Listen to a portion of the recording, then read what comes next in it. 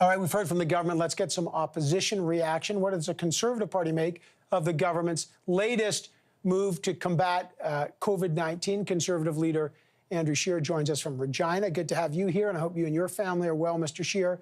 Real quick, were you happy with the rollout of the Canadian Emergency Relief Benefit package? The minister's now said 600,000 people. It was 300,000 this afternoon. These numbers are pretty astronomical. Are you satisfied with this? Well, they are astronomical, and it speaks to the magnitude of the impact that this virus is having, and the consequences of having much of our economy shut down.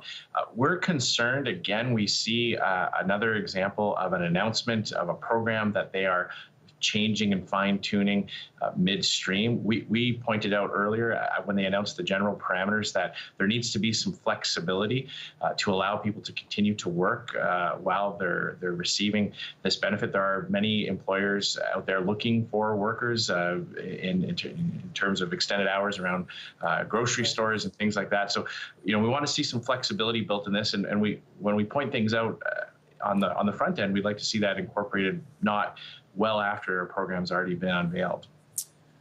What do you make of the fact that the U.S. is held up by I don't know the final number because I can't seem to get it from the federal government, but Doug Ford in Ontario said 500,000 masks, the N95 masks, are coming, but they ordered 3 million. That means 2.5 million masks are being held up. Now, Doug Ford said Chrystia Freeland, and he has worked hard to try to fix this.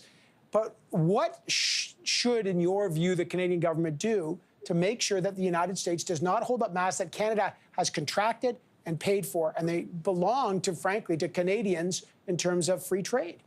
That's exactly right, Evan, and you've hit the nail on the head. This isn't an example like when the Canadian government sent equipment to China. That equipment was owned by the federal government, and they just decided to give it away. We're not talking about equipment that the U.S. government owned. We're talking about equipment and essential items for frontline healthcare workers to be able to do their job that were bought and paid for and destined for Canada. This is extremely alarming, and we need to head this off before it gets worse. There may be other types of equipment that we're going to need to purchase as a country. We have such an integrated supply chain. There's so many pieces of equipment that go back and forth across the border several times as they're assembled and before the finished product is ready.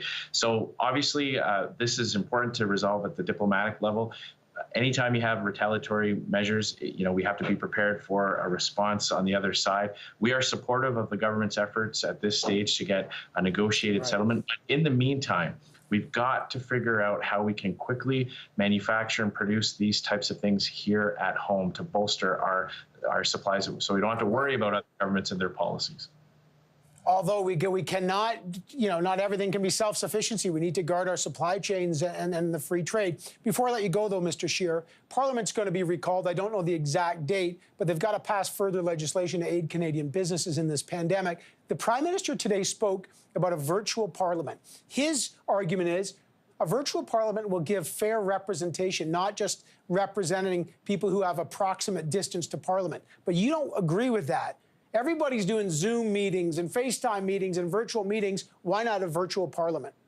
Well, what we've said is that we've already shown that we can quickly come together, respect public health directives, and give the government the tools it needs to respond to this crisis. We're supportive of building out virtual capacity, teleconferencing, video conferencing, as a way to make sure that there's a broader audience, a broader group of members of Parliament who can participate, but not as a replacement to the normal House of Commons setting. If the government thinks they can get back to normal, calling government legislation, working that through, then we need to make sure that we're there on the health side.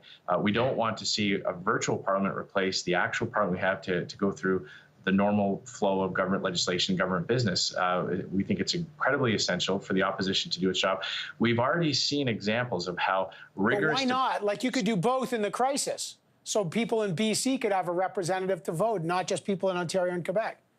right now we're talking about responding to a crisis. That's all the government should be focused on right now. We've already demonstrated how parties can manage that, can work with their own caucuses to ensure that we can respect those health directives. We think it's critically important that we actually build up the capacity or build up the frequency of sessions of the House of Commons. We're calling for the government to be accountable, not just through daily appearances in front of Rideau Cottage, but in the House of Commons, where members of Parliament can have a dynamic exchange to get better results for Canadians. All right, Andrew Scheer, I got to leave it there, sir. Thank you for joining us. I always appreciate seeing you. Coming up on our program.